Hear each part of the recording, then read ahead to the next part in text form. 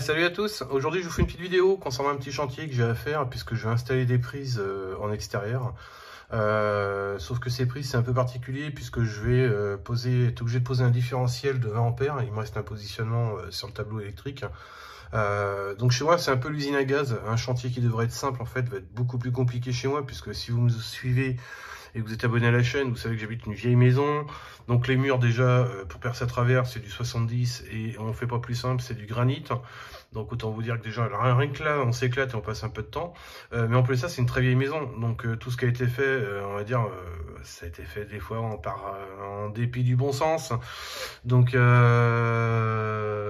bon, je prends un exemple tout bête. Là, je suis sur du 16. Normalement, je devrais être sur du 20. Au niveau de la cuisine. Bon, bref, ça a été fait, ça fonctionne, les disjoncteurs sont ok, etc. C'est pas tout à fait clean, moi je vais mettre un 20 en termes de disjoncteurs. Pourquoi? Parce que je vais rajouter donc des prises en extérieur et je vais me baser sur les normes qu'on utilise normalement pour une cuisine, à savoir 6 ou 8, que je raconte pas de bêtises, grand max sur le différentiel, le disjoncteur 20 ampères. Donc moi je vais baser là-dessus. Pourquoi? Parce que j'ai pour projet de mettre éventuellement station photovoltaïque plug and play et pouvoir rajouter dessus, sachant que quand je bricole dehors, bah voilà, c'est aussi une prise qui va subir. Donc je pars sur du 20. Donc bah, je vous propose de suivre un peu les étapes avec moi. Moi quand j'ai acheté la maison, je fais l'aparté, je vais vous faire voir. Vous voyez comment c'est bien noir. Donc c'est quelque chose qui a déjà pris feu ici. Donc voilà, c'est pas top. Ça je l'ai appris après parce que évidemment tout le monde se cachait bien et que tout était bien planqué quand nous on est arrivé. Mais bon, donc ça a déjà pris feu ici, ça a été refait je crois par un électricien au niveau du tableau. Néanmoins moi il va falloir que je regarde évidemment un peu tout ce qui a été fait et voir comment je peux me recaler dessus. Le but en fait c'est de caler mon différentiel, enfin mon disjoncteur là, 20 ampères, de refaire partir mes câbles ici. Hop, vous voyez, j'ai un vieux compteur et je le garde surtout en ce moment avec toute l'histoire du Linky, etc. Donc je vais le faire descendre. Il va falloir que je le fasse traverser ici et que je traverse tout le mur. Donc là, je vais avoir, si je le fais ici, j'ai pas mes 70, parce que là, vous voyez un peu l'épaisseur qu'il y a rien qu'ici. Et là, si je vous fais voir, vous voyez un peu ce qui reste à percer. Néanmoins, derrière, ça reste du granit. Donc déjà, rien que ça, je vais me fendre la gueule. Mais bon, j'ai l'habitude. Je suis habitué, ceux qui me suivent le savent. Donc avant toute intervention, la première des choses à faire, c'est ça. On fait sauter et disjoncter le courant avant quelque intervention qui soit sur l'électricité chez vous. Disjoncter, c'est la première des choses que vous faites, c'est ça. Et moi, ne sachant pas ce que ça va être comme usine à gaz, si ça a bien été fait ou pas derrière, une fois que je vais ouvrir mon tableau, donc en dévissant ici et dans chaque coin en fait, avec un tournevis plat, la première des choses, c'est évidemment prendre une photo d'entrée de jeu, des fois que je toucherai un truc qui était mal serré, etc. Et j'en profiter pour regarder un peu les serrages, puisque ça peut être aussi le serrage, le fait que ça puisse cramer en fait. C'est souvent aussi un peu la cause des départs de feu dans les maisons. C'est un mauvais serrage ou un desserrage. Là par exemple, vous voyez, je suis pas aux normes. Là je suis sur du 40, je devrais être sur du 30. Donc bon. Mais quoi qu'il est en 30 milliampères. Ouais. Mais normalement c'est du 40, ouais, ça a été réindiqué dessus. Donc voilà, donc c'est parti pour ce gros chantier. Bon, je fais une petite aparté, il suffisait que je vous en parle pour que ça arrive. Donc là vous voyez en même temps que moi le câblage. Donc déjà on peut s'apercevoir que la terre chez moi c'est un peu une option. Et regardez ce que je viens de trouver. J'essaie de le zoomer. Câble électrique cramé. Et un coup de section dans sa limite, c'est ça va, ça peut passer encore, mais bon, c'est pas terrible. Par contre là, le cas typique d'un câble cramé. Donc ça, si jamais vous avez ça, urgence, c'est pas bon signe du tout et ça me fait pas rire du tout. C'était pas prévu au programme. Je vais vérifier les serrages, mais Voilà quoi, il suffisait que je vous en parle, donc voilà, comme quoi ça fait du bien de partager des fois les vidéos. Donc bah c'est parti pour moi, la galère continue. Ok, je vous reprends, j'ai vite fait analyser, j'ai retiré les fils, j'ai tout fait sauter évidemment. Bon, mais là c'était fait aussi, et forcément le principal. Donc il n'y a pas de jus, mais bon. Donc j'ai démonté, c'est juste le fil qui est un peu cramé en surface. Derrière, il n'est pas du tout atteint. C'est-à-dire que ce que vous voyez pas, vous, derrière, il est nickel. Donc je pense que c'était au début de prise de feu. Par contre, très inquiétant, alors là, c'est un conseil que je vous donne. Moi, je suis pas expert en électricien, encore une fois, je suis amateur. Donc je vous dis, évidemment, si vous ne sentez pas du tout, faites appel à un électricien, quelqu'un de compétent et qui fera pas de bêtises. Moi, ce que je me suis amusé à faire et à vérifier, bah pareil, je crois que j'ai bien fait, ça a été de vérifier toutes les vis, tous les serrages, en bas, en haut, y compris sur les gros câbles d'arrivée principale. Et ben j'ai bien fait, puisqu'en fait ils étaient quasiment à un ou deux près, un peu desserrés. Donc pas terrible du tout. Et le plus grave, c'était cela. Là j'en avais deux. J'ai mis au moins 3-4 coups de tournevis facile, contrairement aux autres qui eux étaient, les bleus étaient bien serrés, pas de soucis. Par contre les rouges, pas terrible du tout. Donc ça fait pas non plus si longtemps que ça a été refait, quoi, mais bon, même ça fait quelques années, voilà, c'est pas terrible. Donc conseil, bah, vérifiez, vous coupez tout le jus et vérifiez quand même de temps en temps, parce que encore une fois ça, je l'ai déjà vu sur d'autres personnes. Moi, je l'ai déjà vécu quand j'ai commencé à rénover. Ça, c'est des gros risques d'incendie, quoi. Et là, ce que je vais faire, hop, je réenclenche tout ça. Et ce qu'il faudrait faire aussi de temps en temps, parce que ça, je l'ai jamais fait. Donc là, c'est réarmé. Hop, le compteur retourne. C'est le test. Donc là, il a bien sauté. Je vous le refais. Normalement, ça, on vous conseille de le faire une fois par mois. Vous avez un petit bouton test dessus. Alors là, c'est pas du Legrand. Quand c'est du Legrand, de mémoire, ils sont vers le bas. Et là, vous avez juste appuyé. Là, il disjoncte. C'est qu'il est... Bon, s'il disjoncte pas, bah, il y a un problème. Et là, faites intervenir soit un spécialiste, un électricien en l'occurrence, ou bah, faites-le vous-même. Donc voilà. Donc là, c'est reparti. Donc voilà, je faisais juste la partie dessus. Je sens que la vidéo va être longue.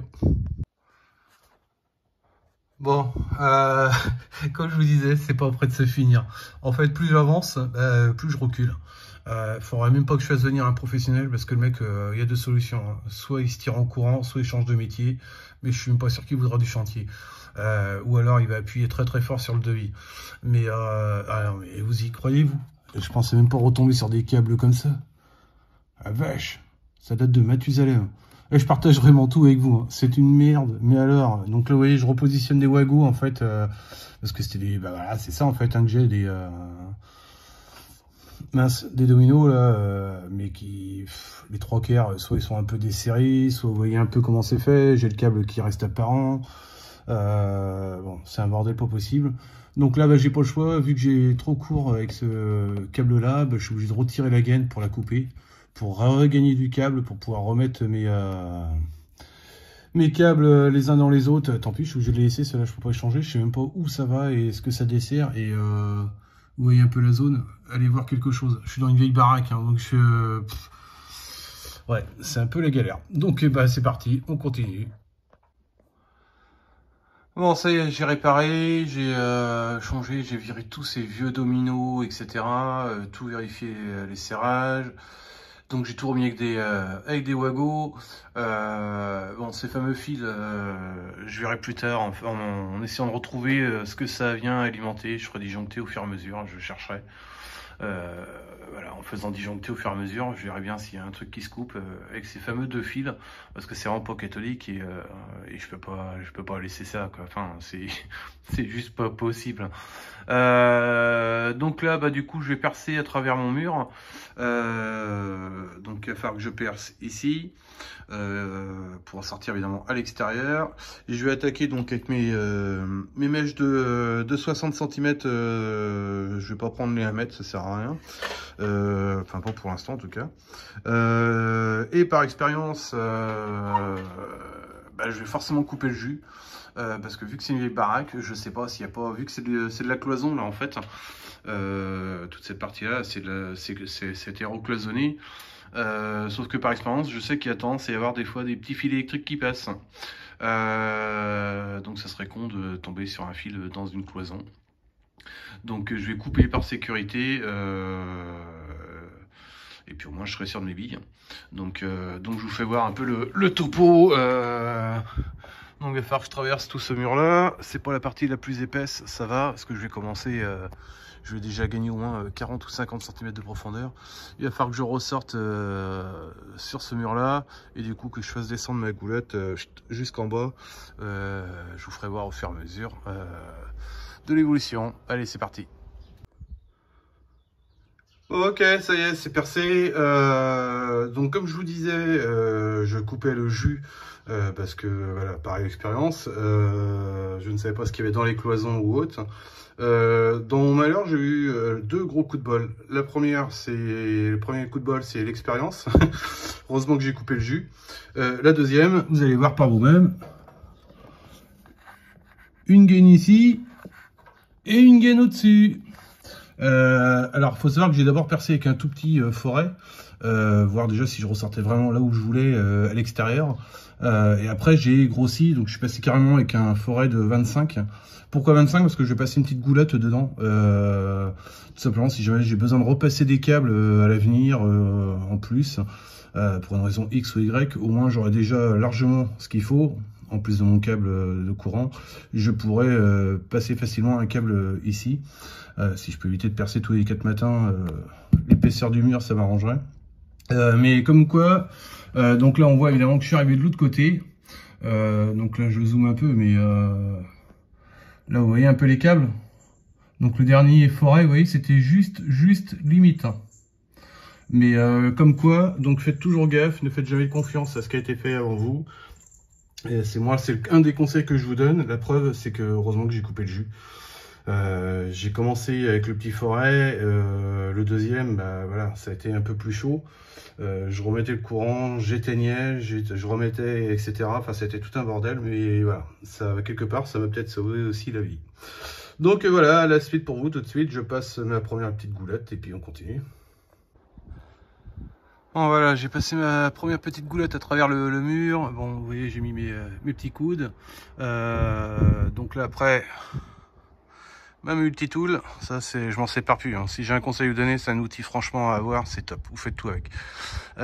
Donc du coup, il va juste falloir que je me mette évidemment au droit pour descendre, puisque mes prises, vous voyez, je vais venir les mettre ici. Pour rappel, j'en mets deux. Deux parce qu'encore une fois j'ai le projet de panneau solaire, donc ça me permettra de pouvoir en connecter une tout en pouvant aussi en utiliser une autre en cas de besoin. Donc là j'ai plus qu'à faire ça. Évidemment je vais fixer donc avec mes petits je sais même plus comment on appelle ça, j'ai perdu le nom, mais enfin des clips, hein, oui c'est ça, des clips ouverts. Et puis ben, on continue, hein, c'est parti.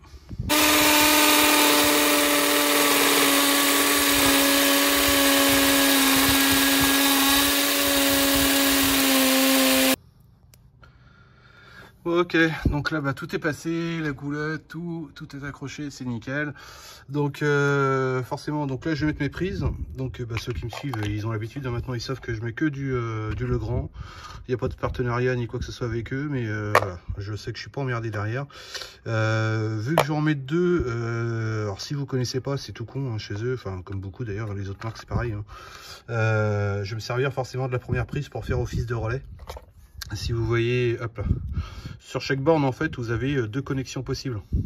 Donc moi je vais faire mon arrivée va arriver ici et d'ici je vais faire repartir un câble qui arrivera sur la même borne bleue, parce que à chaque fois vous avez les repères de couleur sur la borne bleue qu'il y a dans celle-ci.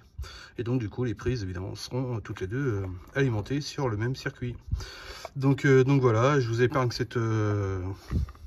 ce petit moment là, il n'y a rien de compliqué, hein, je vais les fixer, voilà, tac tac, les deux ici. Et puis je sais pas si je peux remonter un petit chouïa quand même. Et puis voilà, c'est parti. Ok, bon bah là c'est bon, c'est fini, c'est monté. Donc hop là, je vous refais voir vite fait. Donc là ça passe. Et du coup, j'ai fait passer une goulotte donc à l'intérieur du trou, c'est-à-dire dans le mur. Goulotte plastique, hein, plus grosse forcément, parce que là, du coup, j'ai un diamètre de 20 au niveau de mon tube.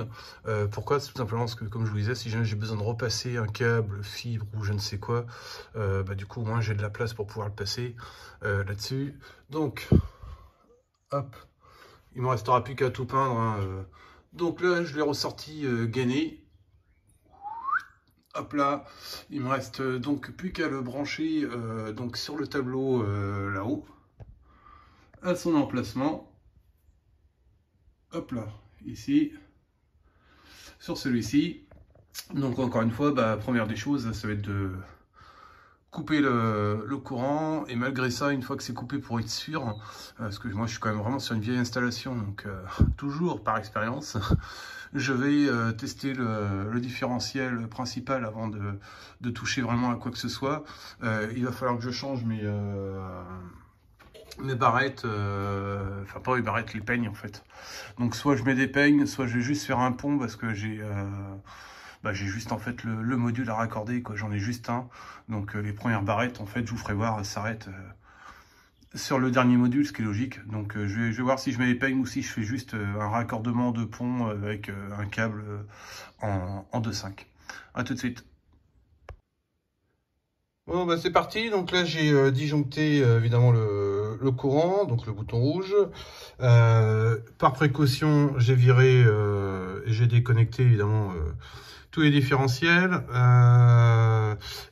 Toujours par précaution, j'ai forcément testé donc avec le multimètre en fait sur les deux bornes, voir qu'il n'y ait effectivement aucun courant résiduel qui arrive. Voilà, donc ça c'est les fameuses barrettes. Donc le problème, c'est que vous voyez, il va falloir que je relie ça à ici.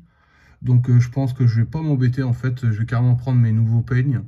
Et puis je vais faire un seul peigne. Tant pis sur la longueur, mais au moins j'aurai qu'un seul truc. Donc pour ça, il faut vous assurer évidemment. Tout ça, il va falloir que je le desserre. Hop, hop, hop. Et donc le premier peigne, donc le neutre bleu sera évidemment derrière, comme celui-ci en fait. Et après, je vais redécaler forcément. On voit le gris là. Tac, pour qu'ils viennent directement venir se mettre sur cette borne-là. Donc le premier va venir sur la borne qui est juste derrière, et le deuxième, devant, va venir ici. Donc j'aurai qu'un seul peigne sur toute la rangée. Donc, et pour ça, il va falloir que je desserre en fait ici, pour pouvoir repositionner tout ça. Donc c'est parti, à tout de suite.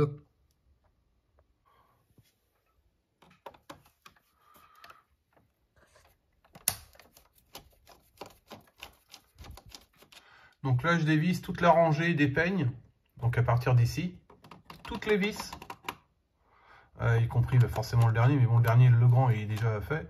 Mais là, je les dévisse tous, donc tournevis approprié, équipez-vous vraiment avec les produits sécurisants, au cas où, et vous dévissez tout ça pour pouvoir retirer donc les peignes, les deux peignes, et rajouter les nouveaux. Et quand je vais remettre les nouveaux, je vais commencer par visser la première vis et la dernière. Pourquoi? Parce que du coup, ça va maintenir mon peigne vraiment bien serré, plaqué à fond. Et après, j'ai plus qu'à tout resserrer et tout vérifier. Voilà. Bon, ok, là je fais une aparté. Je suis en train de préparer mes peignes de raccordement. Alors, petite astuce, enfin c'est une astuce, mais c'est aussi une sécurité. Bien souvent, quand vous coupez les peignes, il y en a qui coupent directement avec la partie de protection plastifiée. Et ce qui fait que généralement, vous avez alors là, ça avait été proprement et bien fait. Donc je suppose que c'est un pro qui a fait ça. Vous retirez d'abord la partie plastifiée protection. Vous coupez le peigne. Et après, vous allez remettre votre partie plastifiée un petit peu coupée, enfin coupée un petit peu plus loin, ce qui vous permettra d'avoir une protection. Si vous coupez directement l'ensemble, vous allez avoir le cuivre en fait qui va ressortir. Et donc si un jour vous devez mettre les mains dedans, vous pouvez malheureusement venir un peu faire contact dessus. Et là, ça risque de vous chatouiller très fort. Donc en laissant déborder un peu plus le plastique, la partie qui est en retrait, je vais vous faire voir, je vais vous intégrer une photo. Au moins vous serez en sécurité. Ça prend 2 secondes de plus, mais sincèrement, ça vous met en sécurité pour vous, ou pour quiconque passerait derrière vous pour une raison X ou Y. Hein, donc je vous mets la photo. Bon, ça y est, mes peignes sont coupées. J'ai commencé à prépositionner le premier, le bleu. Donc j'ai commencé à serrer celle-ci. D'où l'importance que je vous disais que j'allais resserrer d'abord l'extrémité. Donc là, vu que c'est celui de derrière, le neutre, je vais mettre celui-ci d'abord en premier. Pourquoi? Parce que si je serre au fur et à mesure, le peigne risque de se lever en fait. Il risque d'être serré comme ça. Là, si je vous fais voir un peu, on voit qu'il peut, vous voyez, qu'il peut bouger. D'où l'intérêt, si jamais vous le serrez comme ça, et ben au moins vous êtes nickel. Donc d'abord ça, les extrémités, et après vous resserrez tout. Donc bah, c'est parti, ça continue. Bon bah ça y est, tout est branché, les peignes sont bien connectés. Vous voyez que je suis en sécurité si quelqu'un arrive. Il y a largement de quoi faire, hein. Je vous ai intégré les photos. Donc là j'ai tout serré, je revérifie tout un par un, y compris tout ce que je n'ai pas touché moi personnellement. Là je vous fais voir par exemple au niveau de mon contacteur, parce que là je viens d'avoir le cas pile poil. Donc je prends toujours un tournevis adapté, et, le jus est toujours coupé évidemment. Donc on est d'accord que les fils sont censés être serrés, mais si jamais vous n'avez pas compris, vous voyez, les fils étaient desserrés. Donc quand je vous dis de vérifier votre installation, bah, ça vaut le coup quand même, parce que ça peut foutre le feu. Ça peut foutre le feu. Donc là, malgré le fait que j'ai tout resserré, j'ai déjà vérifié une deuxième fois, mais là je vais tout revérifier de A à Z. Donc là je viens de vérifier tout le haut, et les plus importants, les grosses sections, enfin plus important, tout est important. Je revérifie tout de A à Z. Je partage vraiment tout avec vous, hein, les galères, enfin tout ce que je peux rencontrer. Si vous êtes novice, voilà, ça vous donnera peut-être des pistes. Mais vérifiez bien votre installation, quoi. Parce que moi, quand je vois tout ce qui est desserré, je me dis, puis vous avez vu, hein, je vous remontre encore si... Vous voyez un peu la gueule des câbles. Hein. Donc là, je vais tout revérifier, mais c'est important. Hein. Et puis, bah, on se retrouve pour la fin, le test final, une fois que j'aurai armé. Je croise les doigts pourvu que ça marche. Bon allez, la fin. Du coup, je viens de remettre le jus. Rien à sauter, c'est bon truc. Là, j'ai été chercher mon chargeur. Ça suffira pour voir si le courant passe bien. Donc, première prise. Voilà, nickel. Hop. La deuxième, voilà, et c'est nickel, ça marche bien. Bon ben voilà, j'espère que la vidéo vous sera utile. S'il y a des questions, n'hésitez pas. Si vous le sentez pas, bah surtout faites appel à un professionnel. Avant tout, faites bien attention, c'est quand même très risqué. Donc si vous ne sentez pas, surtout ne touchez surtout pas, ça reste de l'électricité, donc hyper dangereux. Mais ce que vous pouvez retenir, c'est de vérifier votre installation, même sur des maisons récentes, hein, ça ne mange pas de pain de couper le jus et de vérifier que les serrages soient bons. Vous voyez les conséquences et ce qui peut y arriver en fait si jamais c'est pas assez serré. Voilà, bah écoutez, petit pouce bleu, ça fera plaisir, énormément plaisir même. N'hésitez pas à vous abonner, et puis bah, je vous dis à très vite pour une prochaine vidéo. Salut à tous.